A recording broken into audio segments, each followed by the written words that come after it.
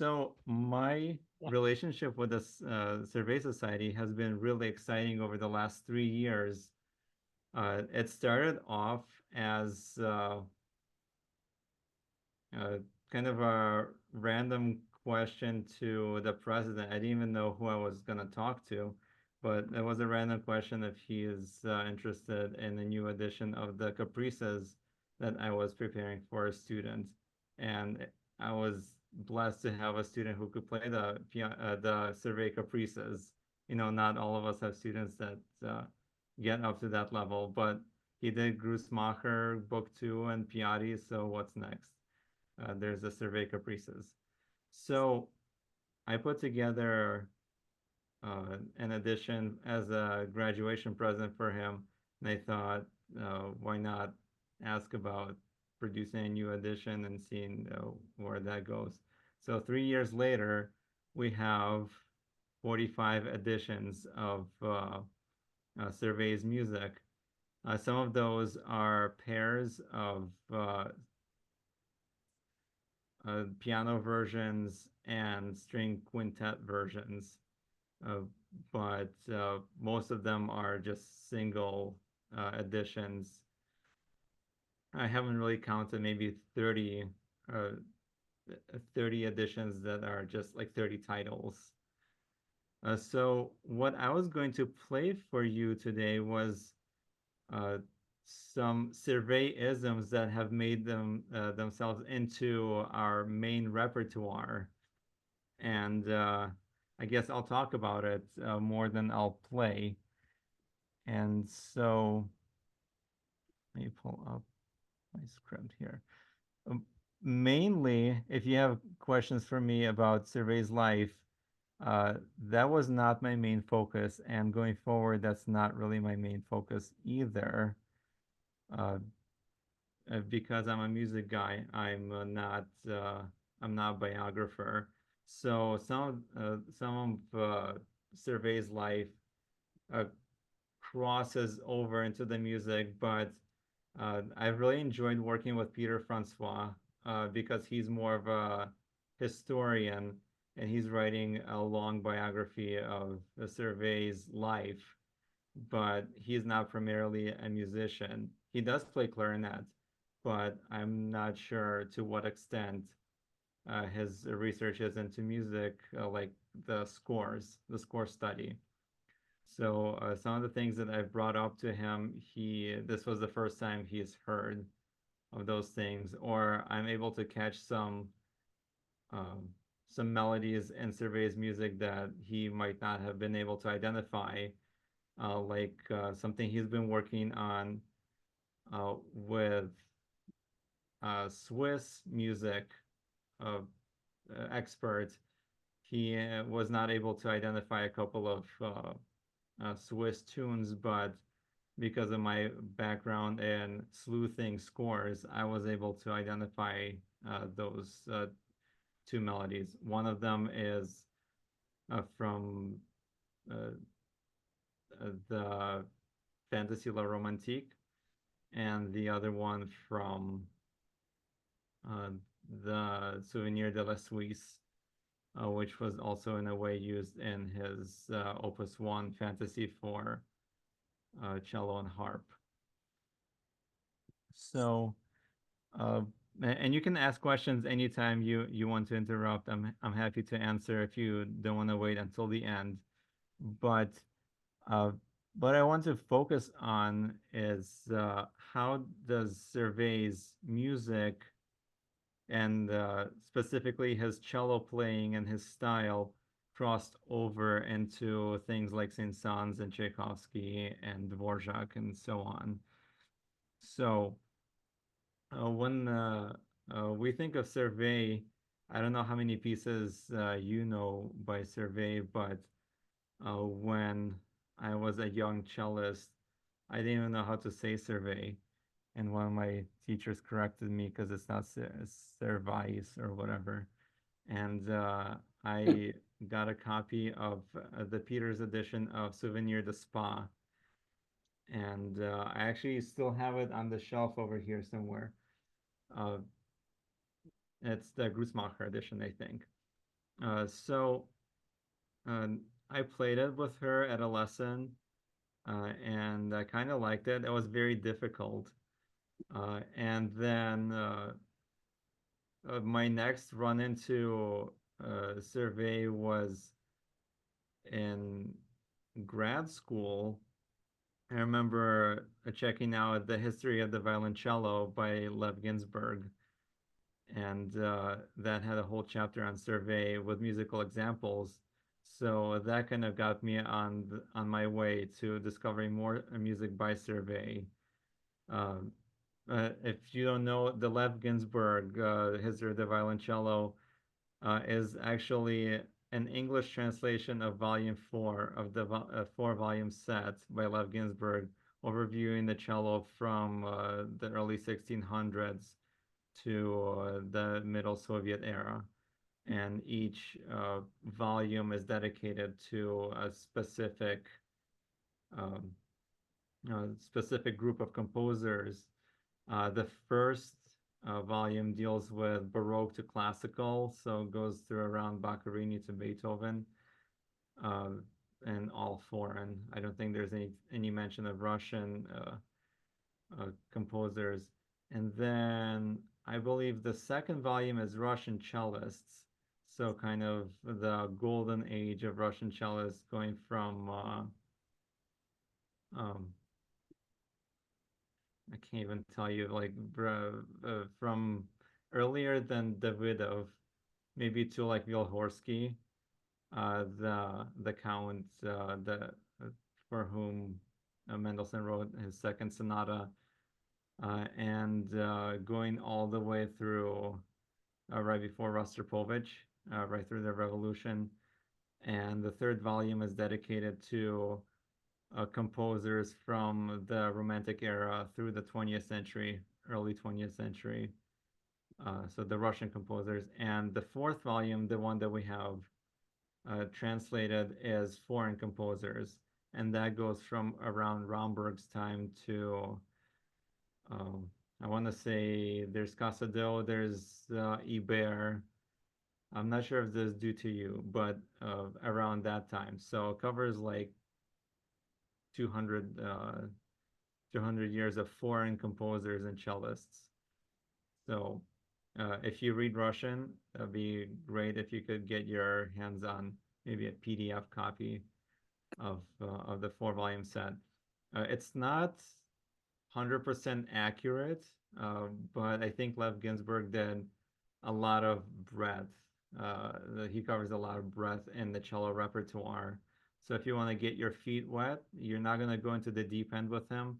But if you want to get your feet wet and kind of explore from thereafter, you can.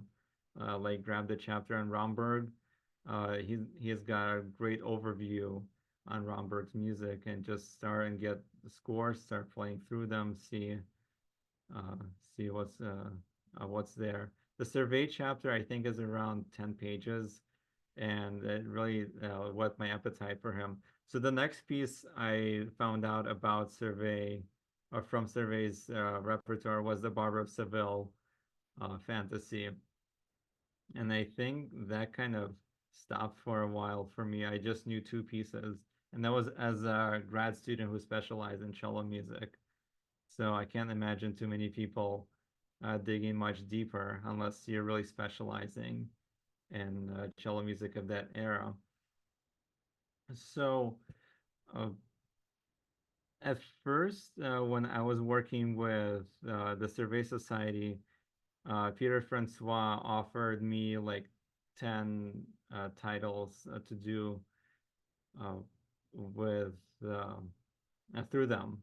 So I would sell digital copies at my store and sell hard copies through the Survey Society. And titles included Souvenir de Spa, um, the Schubert Fantasy that turned out to, yeah, it is Schubert. Usually, it used to be a Beethoven, attributed to Beethoven, the Trauer Waltz, or Zen Suk something. Let me look it up. I have my volume of Servais music over here. Um, Opus 4.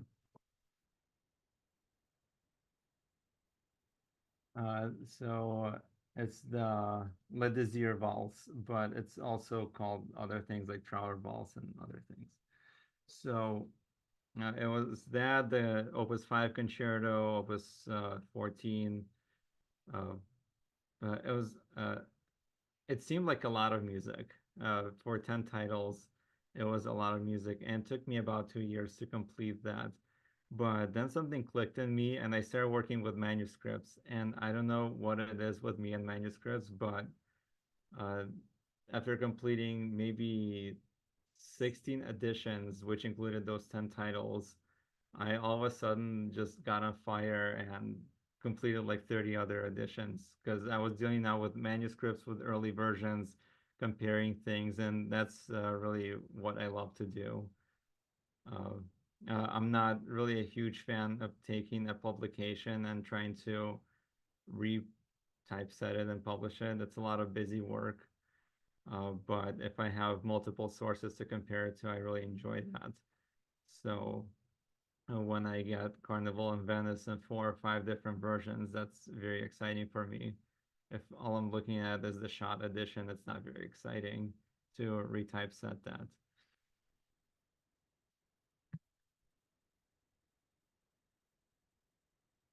So over that time, during this excitement, I started noticing some patterns with Servais music and things like the Dvorak Cello Concerto. And you know, you might listen to a piece and you might not realize that it's there, but the passage that we all hate to play, the one with the triplets on the bottom, with the octaves at the end of the first movement, there's actually 3 lines of that in the Daughter of the Regiment fantasy, and I'll just show it to you.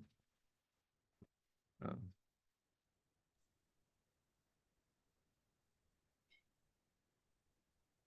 of course, I practiced it and was ready to play it, but here it is. You can see it right there. Oh, You recognize that? yep.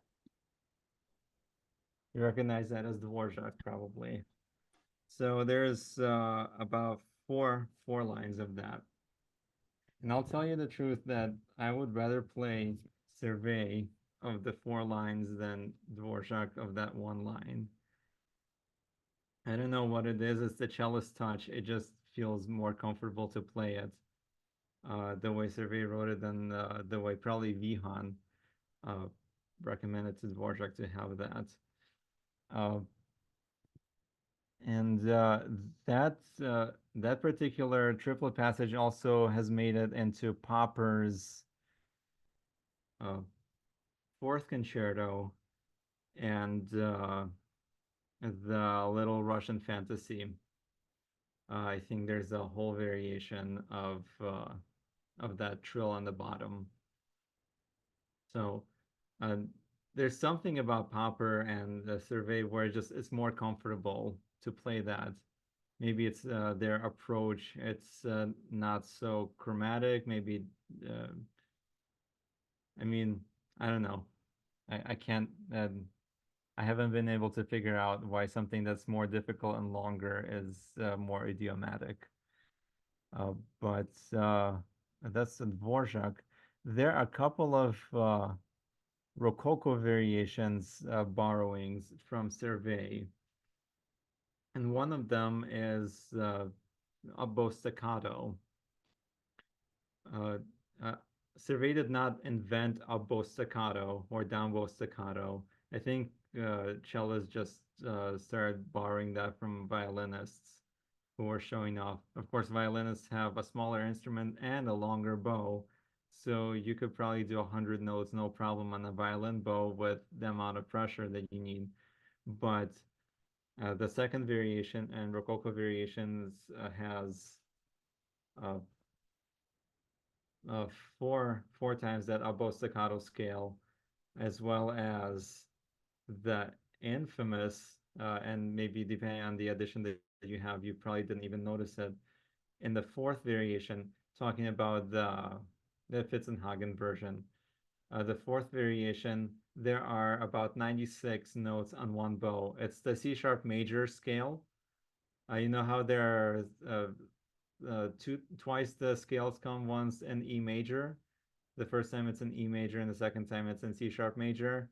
And the time that's in C sharp major, that entire passage is on one bow, all the way down to that da da da da da da da da da da da da da da da da da da.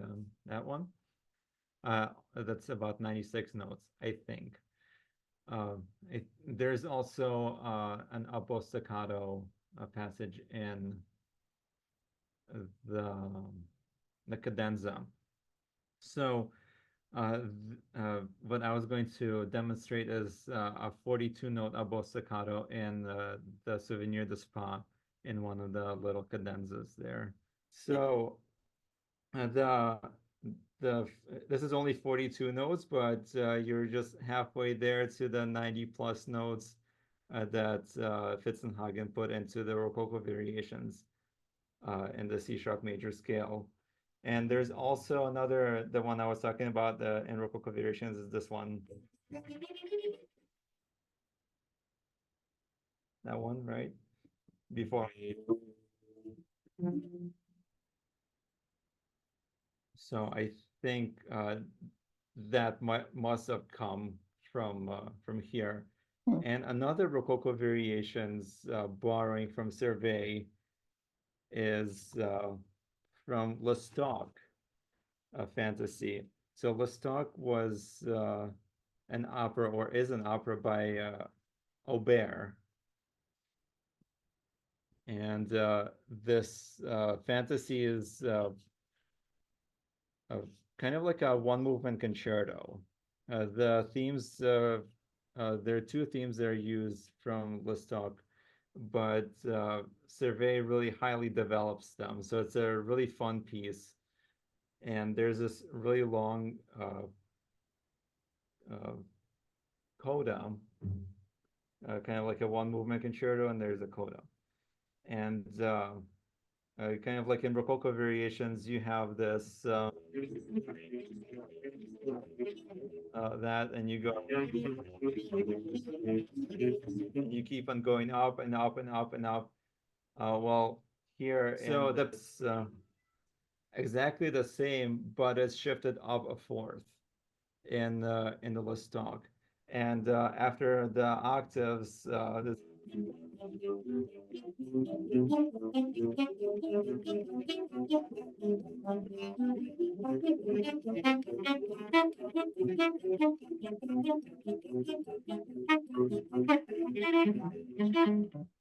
sounds like Rococo variations, right?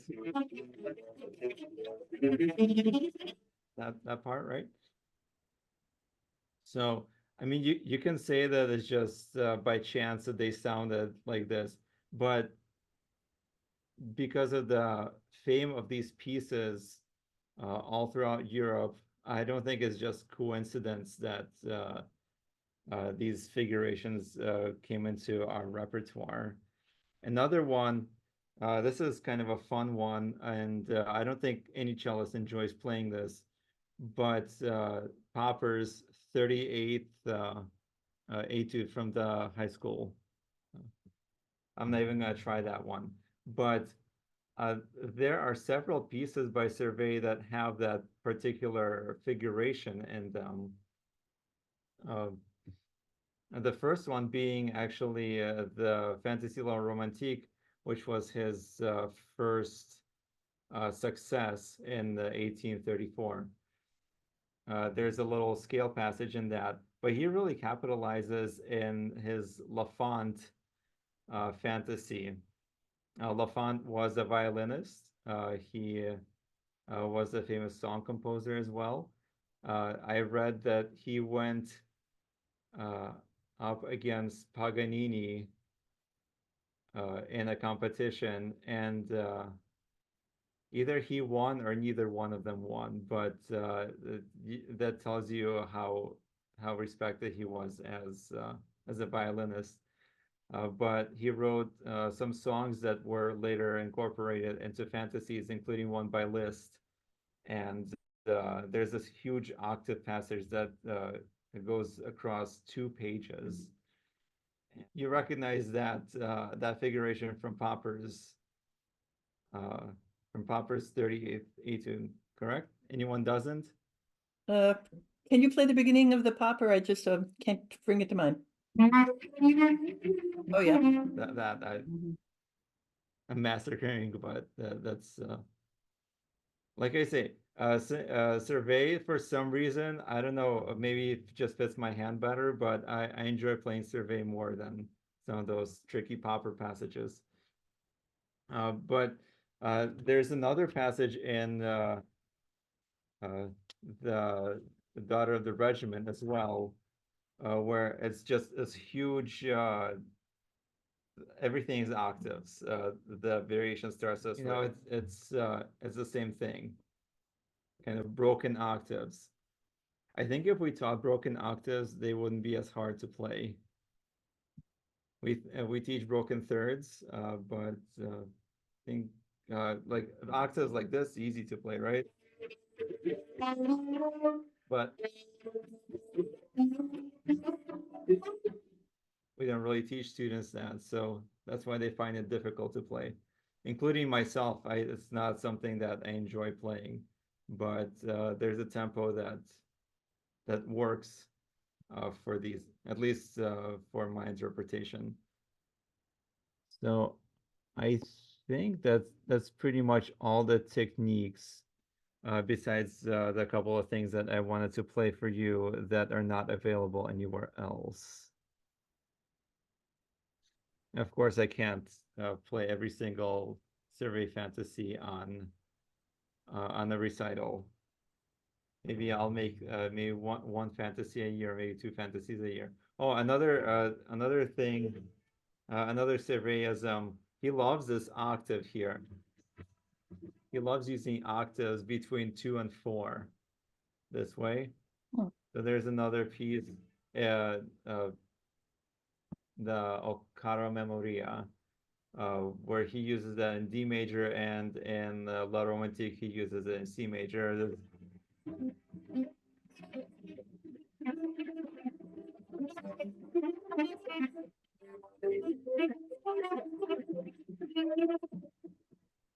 Yeah, so he loves that octave.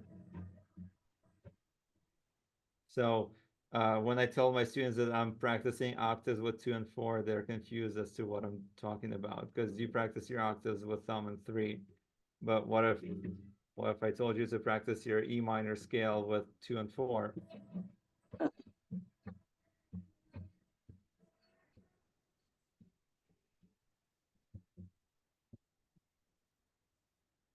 What if I told you to do that? My students are scared of that. Wow. But maybe you guys will be inspired to take up some of these techniques. As I understand it, he was the first person to use the end pin consistently. Is that correct? I'm not 100% about that, but I can't imagine not having an unpin to play this music. Well, I can contribute a little bit to that. I mean, it's partly, as some of you may know this, that he had gout. So when he, as many of the concert cellists of the time, including Popper and even later, were playing without an end pin, but he had gout, so it hurt his calves a lot. But also, some of you may have seen the Servais Strad at the Smithsonian, and it's enormous. It's essentially a bass violin that was never cut down, as so many were. So it's so big that you even if you're an end pinless type cellist, you want to have an end pin on that. I've gotten to play it a few times, and my students have gotten to, and I've brought them to the Smithsonian and Ken let them play it. It's a monster, and the sound is huge and amazing. Everybody makes their first, when they play it, and they make their first shift from first position to fourth position, which we all know that's the shift we can always get, and you're flat because the string length is so long. So it's something else. I got to tell you, it's an amazing instrument. Some of you may have heard Honor Bijlsma recorded a bunch of Servais pieces on it, and the sound is amazing. Hmm. Thank you. And as I understand it from the Servais page on the internet, Berlioz called Servais the Paganini of the cello. Yeah, so Paganini of the cello title was split between Servais and Romberg. Right.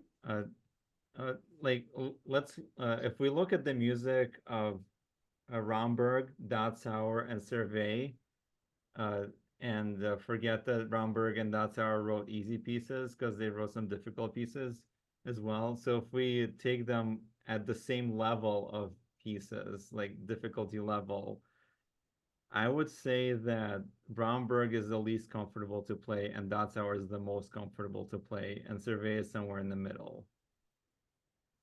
Mm-hmm. Well, anybody have any questions for Yuri? Actually, I have a question, Ray, because there's something I want to know about the first Caprice, which after that introduction has that the song that he titles the Chansonnette Flamande. And it always sounds to me like it's the Itsy Bitsy Spider in minor. But That's because it is. yeah, so yeah, tell me, is there a name that you came up with in French or Flemish for that? Hmm. I'm just But curious because I always loved that moment. it comes back in major later. Oh, that's right, it does. I guess I didn't write down what uh the Flemish title of that or the French title. But it's definitely that. Definitely the Itsy Bitsy Spider. Uh, what you will, the other thing that you will notice is that the caprices seem to just come out of nowhere with some of their techniques that you use in them. But uh, when you compare the caprices to other pieces that he wrote, they're kind of studies uh, his uh, for his fantasies. So this particular, I don't know if you recognize. So in the first caprice right here, this line is also in the Lestock fantasy uh, quite prominently in the first about 200 measures. So uh, I don't know. I feel like the caprices are in some ways more difficult than his music. Hmm. Well, let me just tell you, if you're going to study, if you want to get your feet wet with Servais and don't want to have three stripes on your, I don't know if you can see that on my thumb. I have three stripes on my thumb from doing all the octaves every day. Uh, if you don't want that, start with Souvenir de St. Petersburg, Opus 15. That's the easiest one. I'm not saying it's the easiest one to play well. I'm just saying that technically speaking, it's the easiest one. Uh, the hardest one is definitely the Daughter of the Regiment, the Opus 16. So they're side by side. Opus 15 easiest, Opus 16 the hardest. Uh, Also Opus 18 sorry, 17, O Cara Maria is also very difficult. It's actually so difficult that all the recordings that are available, they cut the last variation. Uh, and I personally don't think it's that difficult. If you're going to spend the time to learn the whole thing, I don't think there's a reason to cut the last couple of minutes of it. Uh, but I haven't found the recording of the complete thing yet. And it lasts about 20 minutes. So it's like a concerto. So easiest one, if you just want a nice recital piece, without putting too much work into it, St. Petersburg. And if you really want to expand your technical palette, go with either Daughter of the Regiment or Okara Memoria. Just a warning. No, we need a disclaimer because we don't want people going deadlifting 300, 400 pounds on their first try. Just saying that you'll need to tone, you will need to lift some weights, you'll need to work on your posture, make sure that your body is in good shape before you tackle one of those more difficult ones, because it's so easy to injure yourself. And I'm not even joking. You can easily injure yourself trying to learn some those two, the Opus 16 and 17. Uh, you might end your career Whoa. if you don't approach it properly from a physical standpoint. Wow. Good advice. I'm curious to know how high your strings are off your fingerboard. Do you keep it So quite low? currently they're lower. Uh, it's really difficult to find that happy medium because the climate changes so much between like day to day. I don't know what North Carolina uh, uh, has to offer, but South Carolina, we can have a summer day one day and uh, uh, a winter day the next day. It could be 50% humidity one day, it could be 50% humidity the next day, it could be 95% humidity the next day. So it's currently I have a low bridge on because I was preparing to play all this stuff up high, but my strings got pretty low because of the dryness. So I put a couple of shims underneath the bridge, just like, just tiny little maple shims. Hardly make a difference, but definitely not rattling. Um, so we'll see what the summer brings. But I I know it's I wish I had one of those bass bridges that you could move up and down, up and down. Right. Yeah, yeah. I've heard many bad things about them on cellos. Hmm. I haven't tried one on cello, but it seems like it could be uh, a good experiment. Sam asked a question on the chat. Where can we find the edition of the Opus Posthumous Concerto? So if you email me, I can send you the music. Let me just talk about that. You're talking about the A minor concerto. So uh, Servais has four concertos, and uh, his B minor concerto is the first one that was published, but it was probably not the first one written. Uh, he calls the uh, in the manuscript of the Morceau de Concert, he calls that the second concerto. So he probably had another concerto before that, whether it was the B minor concerto or not. Uh, I can't tell you 100%, but that's the first manuscript of a concerto there is the second cello concerto, which was published under Opus 14. And then there's the Concerto Militaire, that's Opus 18, and the the A minor concerto uh, was radically cut down for the publication. So the four or so posthumous opuses that were published in the 1880s, not the 1870s, but the 1880s. There's some evidence that shows that maybe Franz, his son, instigated that, and there are quite a few mistakes in those scores.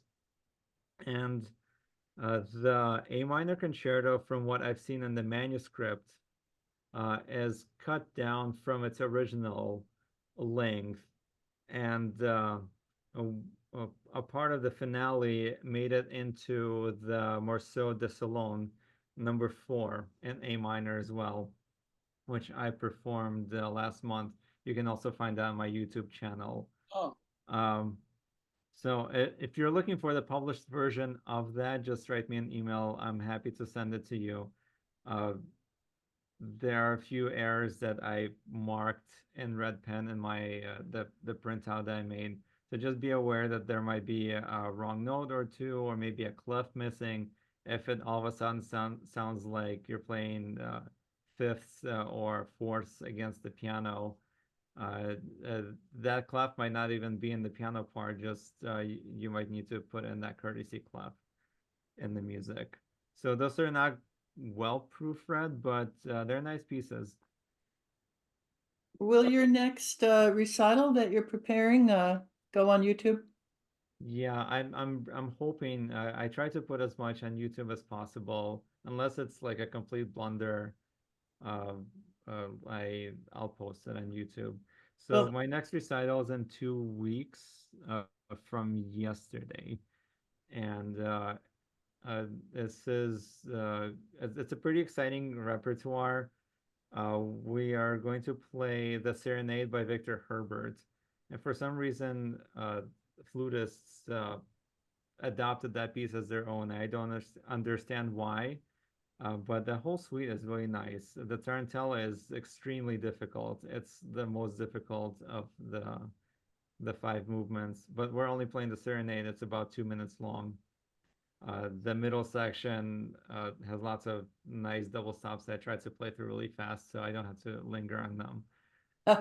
And also I'm going to play a couple of my arrangements by Puccini and Fauré because it's their centennial of their death, along with Herbert.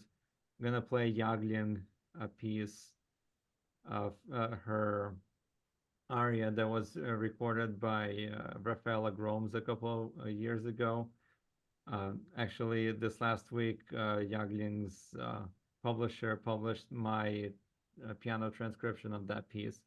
So now you can play it on recitals and not wait until you have a fabulous violist in your string orchestra to play that first movement. And also going to play Fantasy La Romantique and the fourth uh, Morceau de Salon by Servais, and a world premiere of Nicholas Van Slyke's solo sonata from 1953. And the idea wasn't mine. The idea was Van Slyke's widow.